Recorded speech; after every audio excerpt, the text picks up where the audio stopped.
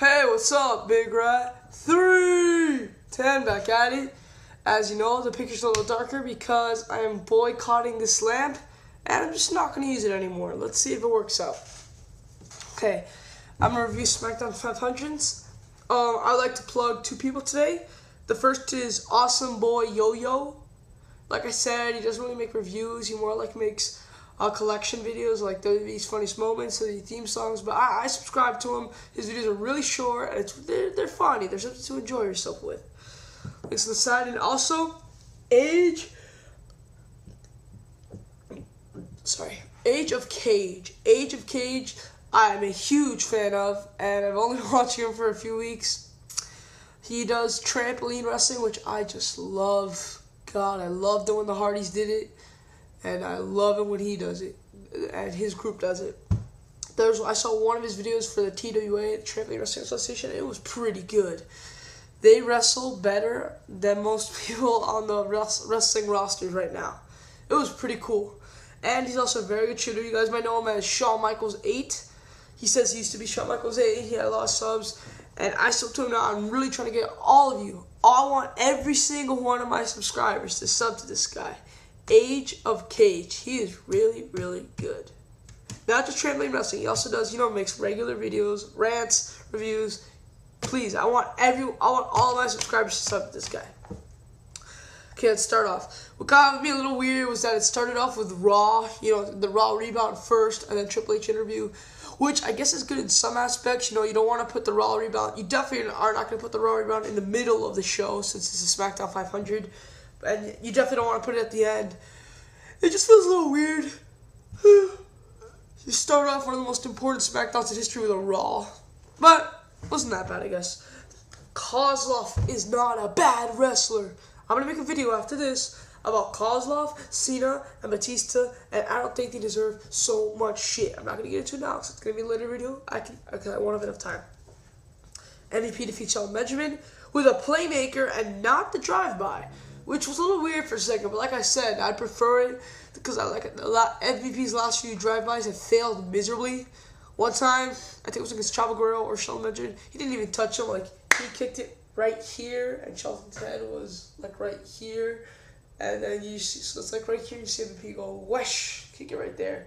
He just really, these past few attempts have been horrible. So I'm so glad that he just used a playmaker. It was a good playmaker. It wasn't a bad one like he did with Hardy at the Great American Bash 2007. It was a good, decent playmaker. And he won the title, which I am happy about. The only thing I'm not happy about is since MVP was one of my favorites to win, if MVP does win, I'm not going to get the U.S. title briefcase that I was kind of hoping for in the ladder match. But this may mean that MVP might not win, which I don't have a problem with. But it has to be Christian Cage, Shelton Benjamin, or Kofi. If it's anyone else, I'm going to riot. Kofi's even a long shot. It's just like, if he won, I wouldn't mind, because I like Kofi a lot. HBK defeats Kane. We learn now that Matt Hardy versus Jeff Hardy is going to be Extreme Rules, which is perfect. This makes this match 100% awesomeness. You can bring in ladders now. You can bring in tables, which I hope they do. And, bring in chairs. So it's going to be a great match now. Then Jeff defeats Brian Kendrick. The Kendrick is on a ladder. Let me show you why. He started off his career, let's say we're on this ladder. He starts off his career at the bottom rung. And then as a jobber. Then he moves up a few steps to a tag team specialist. And then from here's one rung. He jumps 2 rungs to get to tag team specialist. He was tag team for a very long time. The 2-time champion. And then he jumps to the very top of the ladder for the WWE title at Unforgiven, September, then in the October area. But then after that, you know what? Maybe not a nosedive straight down, but I don't think right back like a rung above tag team specialist. So here was he. Let's do it this end. Here was his jobber career. Here was him with his tag team career. Here was him in September and October, and here's where he is right now. It's the Kendrick ladder, which I really don't understand. You can't be going up and down like that. It's terrible for your career. You have to stay in a place. Like, if you stay at a low-card status for a long period of time, like, help me out here. Team 3D. Like, if you stay at as a tag team specialist for your entire career, you will get more respect than just going up and down the ladder. Because then, if you go from down to up, it looks great. But when you go from up to down, you just look incredibly weak. That's the worst thing you want to have. Kind of like Test. Don't mean to get too offensive. God rest in peace, Test. Up there.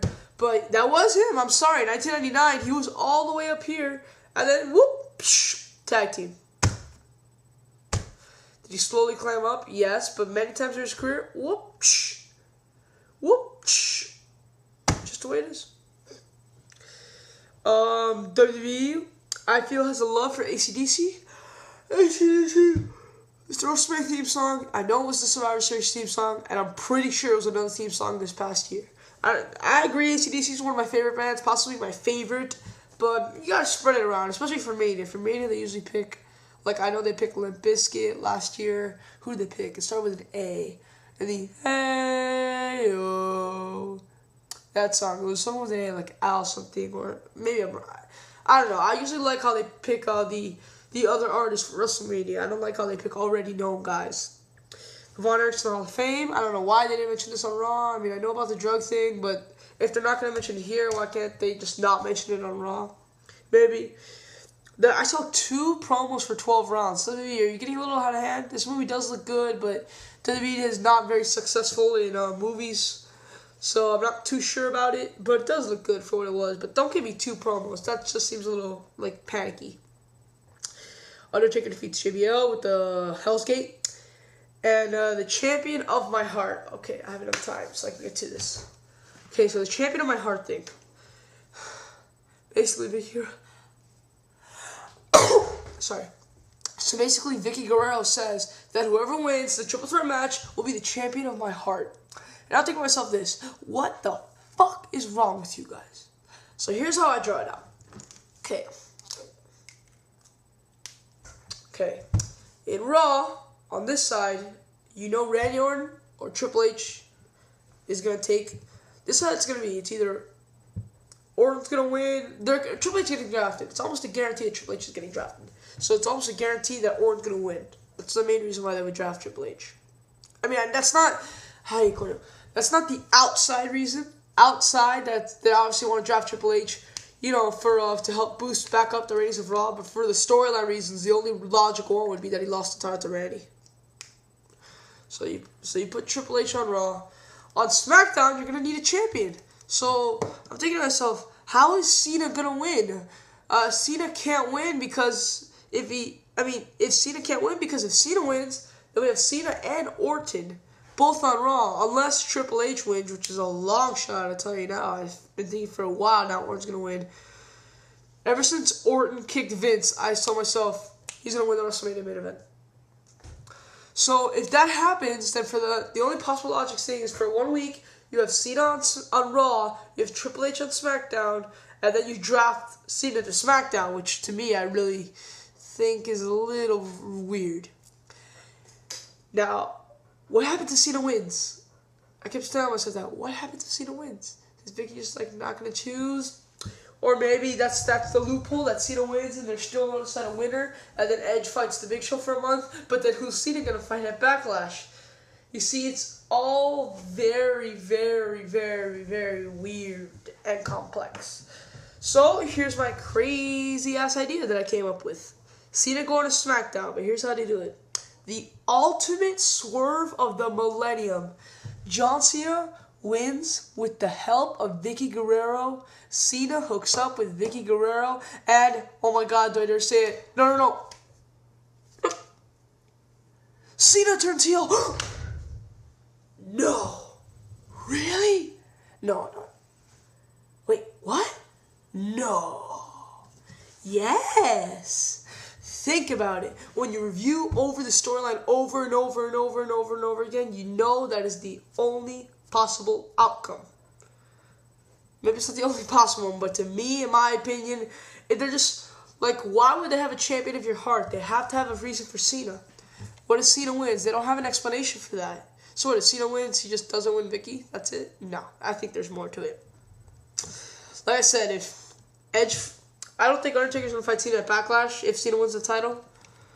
I mean, my bad. Yeah, like I said, if Cena wins the title, I was thinking of it with Cena's on SmackDown. If Cena wins the title and takes it to Raw, and Randy Orton wins the title and he's on Raw, and then you get the draft, don't draft Cena to SmackDown. That just sounds really weird. What's better is, no, being drafted to SmackDown. Hear me out there. Being drafted to SmackDown. What's better is Cena turning heel, joining forces with Vicky, and Vicky placing him on SmackDown. And then maybe you can have them fight again at Backlash, either Cena versus Edge or Cena versus Big Show, and I think it would work really well. I mean, I know it's really weird and complicated, but it's just a scenario. It's an idea that I'm popping out at you guys. You guys know I love to do this. Cena turning heel and hooking up with Vicky, and then becoming like Triple H Stephanie, because I told you, I hate Edge and Vicky with a passion. I swear to God, if Edge wins, Edgehead, I know I'm going to subscribe, you agree with me? We riot.